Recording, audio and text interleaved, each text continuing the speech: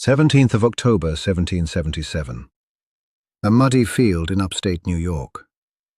The autumn rain has been falling for days, turning the ground into a cold brown soup that swallows boots to the ankle. A British general in a scarlet coat walks across that field alone. His name is John Burgoyne, 54 years old, Member of Parliament, playwright, a man who travelled with his own wine cellar, his personal writing desk, and his mistress. A man who had stood before King George III and promised to crush the American rebellion in a single brilliant campaign. Behind him, stacked in neat rows on the wet grass, are the muskets of 5,791 soldiers. The largest surrender of British troops on a foreign battlefield in living memory. The men who carried those muskets are now prisoners of war. Their officers keep their swords as a gesture of honour, but honour is all they have left. Burgoyne reaches General Horatio Gates, the American commander. He draws his sword and offers it. According to witnesses, he says something gracious about the fortunes of war. Gates, to his credit, refuses the sword and invites Burgoyne to dinner in his tent. And somewhere in Paris, 3,000 miles away, Benjamin Franklin is about to receive the news that will change everything. Friends, hello. With you is a channel about history, and today we are going to talk about the campaign that most people have heard of but almost nobody understands. Saratoga. The word appears in every American history textbook. The turning point of the Revolution, the battle that brought France into the war. And then the textbook moves on to Valley Forge and Yorktown and the Constitution, and you never actually learn what happened in those woods in upstate New York. The real story of Saratoga is not a story of brilliant generalship. It is a story of arrogance, logistics, catastrophic miscalculation, and one man, Benedict Arnold, whose heroism on that battlefield should have made him immortal, and whose subsequent treason made his name a synonym for betrayal. But we will get to Arnold. First, we have to understand the trap. The plan to end the American rebellion was conceived in the drawing rooms of Whitehall during the winter of 1776 to 1777. The strategic concept was elegant. A powerful British army would march south from Canada through the wilderness of upstate New York, following the classic invasion corridor of Lake Champlain and the Hudson River. Their objective was Albany, the gateway to the Hudson Valley. At the same time, General William Howe, commanding the main British force in New York City, would push his troops northward up the Hudson. A smaller third force under Colonel Barry Street. Ledger would strike east from Lake Ontario through the Mohawk Valley. When all three columns converged, they would control the entire Hudson corridor from New York City to Montreal. They would slice the 13 colonies in two. New England, the beating heart of the rebellion, would be isolated from the middle and southern colonies. Cut off from supplies, reinforcements and coordination, the revolution would starve. On paper, it was brilliant. On the ground, it was a disaster waiting to happen. The man who lobbied hardest for this command, and ultimately won it, was Lieutenant General John Burgoyne. He was charming, articulate, socially ambitious, and absolutely convinced of his own genius. The soldiers under his command called him Gentleman Johnny, partly out of affection, and partly because the man insisted on living well even in the wilderness. He genuinely believed that this single campaign would crush the rebellion, win the war, and make him a national hero. That confidence would prove to be the most expensive miscalculation of the entire war. In June of 1777, Burgoyne assembled his invasion force at St. John's on the Richelieu River in Quebec. The army was formidable, roughly 7,800 troops. About 4,000 were British regulars, disciplined redcoats trained in the linear tactics of European warfare. Another 3,100 were German soldiers from the duchies of Brunswick and Hesse-Hanau, professional mercenaries rented out to the British Crown by their own princes. The rest were loyalist volunteers, French-Canadian militia, and several hundred Native American warriors from the Iroquois, Huron, and Algonquin nations. Burgoyne also dragged along a massive artillery train of more than 130 cannons. And behind the army stretched a baggage convoy that seemed to go on forever, packed with ammunition, rations, tents, engineering equipment, and Burgoyne's personal luxuries. This was an army built for a victory parade, not a wilderness campaign. The first phase of the invasion went almost too well. On the 6th of July, Burgoyne's forces captured Fort Ticonderoga, the American stronghold on Lake Champlain, virtually without firing a shot. The Americans abandoned the fort in the middle of the night after British artillery was hauled to the summit of nearby Mount Defiance, giving them a clear line of fire down into the fortifications. The garrison fled south in a panic, leaving behind hundreds of cannons, tons of supplies, and dinner still sitting on the tables. The news electrified London. King George III reportedly burst into Queen Charlotte's chambers, shouting that he had beaten all the Americans. Back in the colonies, the fall of Ticonderoga sent shockwaves through Congress. The fortress had been considered nearly impregnable. If Ticonderoga could fall that easily, what hope did anyone have of stopping Burgoyne? American morale hit rock bottom. Burgoyne's morale hit the ceiling. And that overconfidence was about to cost him everything. Instead of continuing south by water down Lake George, which would have been faster, logistically simpler, and far less exhausting, Burgoyne chose to push his army overland through 23 miles of dense virgin forest between Skenesborough and Fort Edward. He made this choice partly to maintain the appearance of an unstoppable land advance, and partly on the advice of a local loyalist named Philip Skene, who had personal financial interests in a road being built through the area. This decision was a catastrophic mistake. General Philip Schuyler, the American commander of the Northern Department, understood that he could not stop Burgoyne in a pitched battle with the demoralized troops he had available. So he ordered the most aggressive scorched-earth campaign of the entire Revolution. American work parties felled enormous trees across every road and trail. They destroyed every bridge in the line of march. They dammed creeks to flood the low ground and diverted streams to turn solid paths into impossible swamps. They rolled boulders into the narrow forest passes. They burned every standing crop, slaughtered or drove off every head of cattle, and stripped the countryside bare so that Burgoyne's army would find nothing to eat or forage. What should have been a march of 2 or 3 days turned into a crawling nightmare that lasted more than 3 weeks.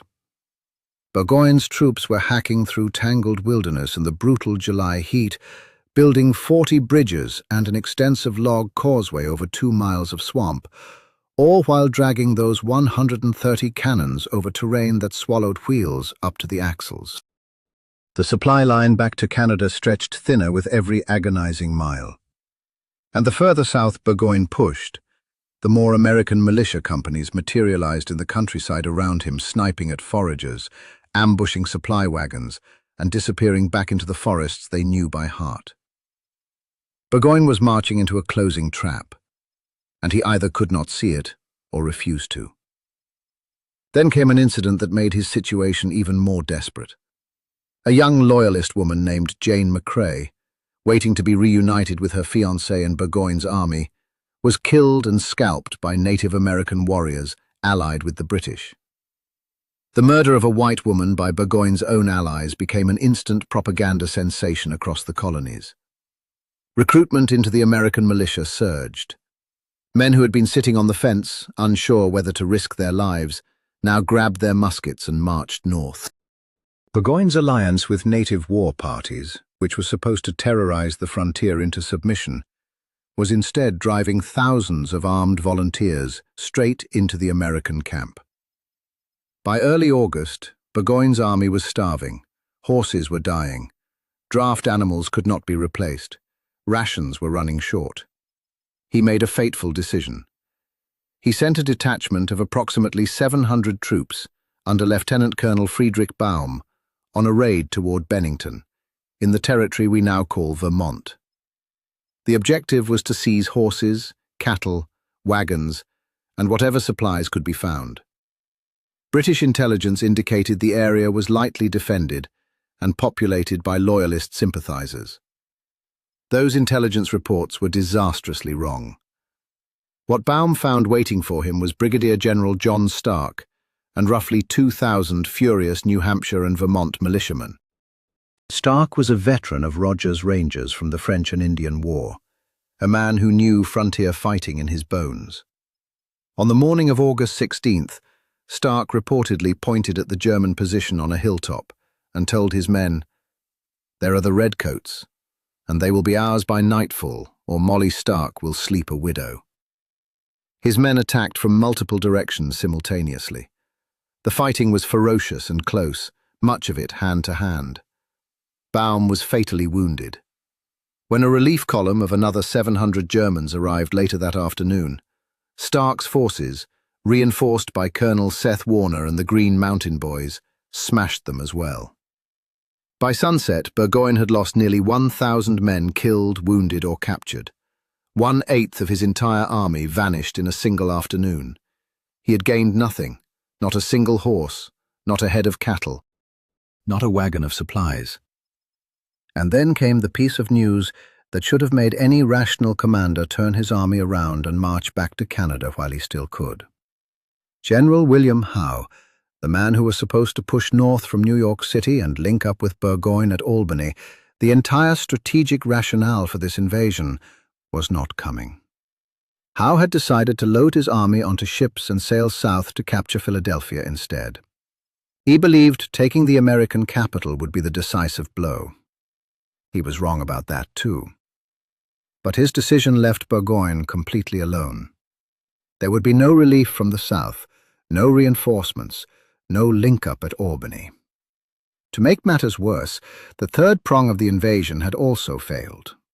Colonel Barry St. Leger's force, which was supposed to sweep east through the Mohawk Valley, had been stopped at Fort Stanwix and routed after Benedict Arnold marched a relief column westward and scattered St. Leger's Native American allies with a clever deception involving exaggerated reports of an enormous approaching American army.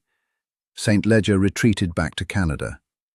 Burgoyne was now the only British commander still advancing, and he was doing it alone. A prudent general would have retreated to Ticonderoga and waited for new orders. Burgoyne was not a prudent general. He pushed forward across the Hudson River, cutting his own line of retreat behind him. Whether this was bravery, arrogance, or a refusal to admit that his grand plan had collapsed is something historians still debate. The consequences, though, are not debatable at all. By mid-September, Burgoyne crossed the Hudson near the village of Saratoga. South of him, blocking the road to Albany, the entire American Northern Army was dug in on a commanding position called Bemis Heights. The fortifications had been designed by Colonel Thaddeus Kosciuszko, a Polish military engineer who understood exactly how to use the terrain. The bluffs overlooked the Hudson on one side and were flanked by dense forest on the other. The American force had swelled enormously since the dark days after Ticonderoga. General Horatio Gates had taken command, and militia companies were flooding in from across New England and upstate New York. Farmers, blacksmiths, shopkeepers, men who had never fought a pitched battle in their lives, were arriving with their own muskets, drawn by the news from Bennington and the growing conviction that the British could actually be stopped. Gates now commanded between 12,000 and 15,000 troops. Burgoyne had fewer than 6,000 effectives. He was outnumbered more than 2 to 1, and he was about to attack anyway. Now we come to the part of the story that American textbooks either skip or sanitize. The man who was about to save the revolution of Saratoga was not Horatio Gates. It was Benedict Arnold. At that point in the war, Arnold was the most aggressive and tactically gifted field commander in the Continental Army. He was also impossible to work with, vain, prickly about rank, and locked in a poisonous feud with Gates over credit and authority. But on the 19th of September, none of that mattered. The first major clash came at a clearing called Freeman's Farm, roughly a mile north of the American fortifications. Burgoyne sent 3 columns probing through the woods, looking for a way to flank or break through the American position. Arnold convinced the cautious Gates to send Colonel Daniel Morgan's riflemen and Colonel Henry Dearborn's light infantry forward into the woods to meet the British in the open, rather than letting them approach the fortifications. The battle that erupted at Freeman's Farm was some of the most savage fighting of the entire war. For nearly 4 hours, the two sides hammered each other across that clearing. Morgan's Virginia and Pennsylvania riflemen, armed with long rifles accurate at distances that seemed impossible to the British, picked off officers and artillerymen with methodical precision. The British would fix bayonets and charge, driving the Americans back into the tree line. Then American reinforcements would pour in, and the British would lose every yard they had gained. By nightfall, the British technically held the field, but they had suffered nearly 600 casualties, including a devastating number of experienced officers. The Americans lost about 300. It was the kind of victory that destroys an army. Then came 18 days of agony. Burgoyne dug in at Freeman's Farm and waited. He waited for reinforcements that were not coming. He waited for supplies that did not exist. He waited for his situation to improve, and every single day it got worse. American numbers kept climbing. Militia arrived in a steady stream. At night, American raiding parties slipped through the darkness to steal horses, pick off sentries, and burn supply caches. Burgoyne's soldiers were on half rations, then less. The horses were eating bark. Desertion accelerated. The Native American warriors, reading the situation with clear eyes, quietly disappeared into the forest. Burgoyne still drank his champagne at dinner. He had no plan. On the 7th of October, Burgoyne played his last card. He sent a reconnaissance force of approximately 1,500 troops forward to probe the American left flank, looking desperately for any weakness that might let him break through to Albany. This was the Battle of Bemis Heights, and it was where the campaign came to die. The Americans spotted the movement almost immediately. Gates ordered a full-scale attack, and this time the response was overwhelming. Daniel Morgan's riflemen hit the British right flank. Enoch Poor's New Hampshire brigade smashed into the left. The British centre buckled under converging fire from multiple directions. And then, in the middle of the chaos, Benedict Arnold came thundering onto the field on a brown horse. Arnold had been formally relieved of his command after a furious shouting match with Gates, who wanted to fight a purely defensive battle and resented Arnold's aggressive instincts. Arnold had spent the previous 18 days in bitter fury, pacing his tent and drinking. Now, against direct orders and possibly drunk, he galloped into the fight like a man who no longer cared whether he lived or died. He rode between the lines, rallying American units, directing attacks, physically leading charges. He was everywhere at once, a screaming, reckless, magnetic force that pulled the entire American assault forward. In the late afternoon, he led a direct assault against the fortified German position known as the Burgoyne Redoubt, a key anchor of the entire British right flank. The Americans swarmed over the defences. Arnold's horse was shot from under him, and the falling animal crushed his left leg, shattering the same bone he had broken at the Battle of Quebec in 1775. He went down screaming in pain and rage. If that musket ball had hit him 2 feet higher and killed him, Benedict Arnold would be remembered today as one of the greatest heroes the American Revolution ever produced. Instead, his story would take a very different turn. The fall of the Burgoyne Redoubt unravelled the entire British position. Burgoyne's right flank collapsed. His troops retreated in disorder back toward their camps as darkness and rain closed in. They had lost another 600 men. Among the dead was Brigadier General Simon Fraser, one of Burgoyne's most capable commanders. Morgan had reportedly told one of his best marksmen to bring Fraser down. A rifle shot rang out from an estimated 300 yards, and Fraser slumped in his saddle, mortally wounded. When he fell, the last thread of British cohesion snapped with him. That night, Burgoyne ordered a retreat northward toward Saratoga. The army stumbled through darkness over roads that had turned to rivers of mud. The wounded were abandoned where they lay. Within 4 days, Burgoyne found himself completely surrounded. His army huddled in a shrinking perimeter, American artillery firing from across the river with impunity, sharpshooters making it lethal to stand upright anywhere in the camp. There was no food, no ammunition to spare, no escape route. On the 17th of October 1777, Burgoyne surrendered his entire army. The consequences of Saratoga rippled outward like a shockwave and reshaped the entire war. In Paris, Benjamin Franklin had been lobbying the French court for months, trying to convince King Louis XVI that the American cause was worth backing openly. The French had been secretly funneling weapons and money to the rebels for over a year, but they refused to commit publicly while the Americans kept losing. Saratoga changed the calculation overnight. If the Continental Army could surround and capture an entire British field army, this was no longer a desperate peasant revolt. This was a winnable war. On the 6th of February 1778, France signed a formal treaty of alliance with the United States. French gold filled American war chests. French warships challenged British naval dominance. French soldiers and Marines would eventually fight alongside the Continental Army at the decisive siege of Yorktown. Spain and the Netherlands entered the conflict as well, turning a colonial rebellion into a global war that stretched British resources across multiple oceans. None of that happens without Saratoga. Now, here is the thing we have to sit with. The thing that makes this story genuinely haunting rather than just an interesting piece of military history. Burgoyne was not incompetent. His plan was not foolish. It was the same invasion corridor the British had used successfully in the French and Indian War. The logic was sound. But the plan was built on assumptions that Howe would cooperate, that the wilderness could be crossed quickly, that loyalist support would materialize, that the Americans would break when pressed. Every single assumption was wrong, and Burgoyne kept going anyway.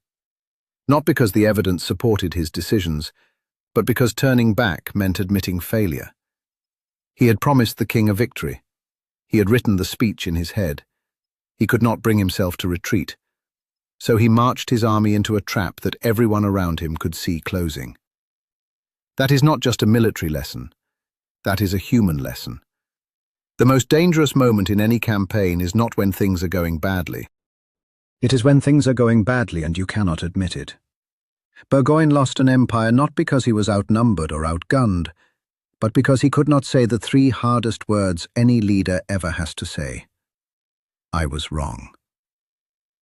Benedict Arnold, meanwhile, lay in a hospital bed with a shattered leg, watching Horatio Gates, who had stayed safely behind the fortifications during both battles, receive all the credit and all the glory for the victory at Saratoga. The injustice ate at him. Combined with financial desperation and a sense that Congress had never adequately recognized his sacrifices, Arnold's resentment curdled into something darker. In 1780, just 3 years after his greatest triumph, he attempted to hand the fortress at West Point over to the British for £20,000. The plot was discovered. Arnold fled to British lines and spent the rest of the war fighting against the country he had once bled for. The same man who charged the Brayman Redoubt at Saratoga became the most infamous traitor in American history. At the Saratoga battlefield today, there is a monument to his heroism. It depicts a boot representing his wounded leg. It bears no name. Burgoyne returned to England on parole and spent the rest of his life explaining what went wrong. He blamed Germain for the confused orders. He blamed Howe for abandoning the plan. He blamed the wilderness, the weather, the Americans, and the sheer impossible logistics of fighting a war 3,000 miles from home. He never received another command. He drifted back to the theatre, wrote a moderately successful comedy, and died in 1792. Remembered not for his plays, but for losing an entire army in the woods of New York. Friends, if this story pulled you in, subscribe to the channel and drop a like so more people can find this channel. In the next video, we will talk about what happened after Saratoga, the winter at Valley Forge, the arrival of von Steuben, and how a freezing, starving army transformed itself into the force that would eventually break the British Empire at Yorktown. Until next time.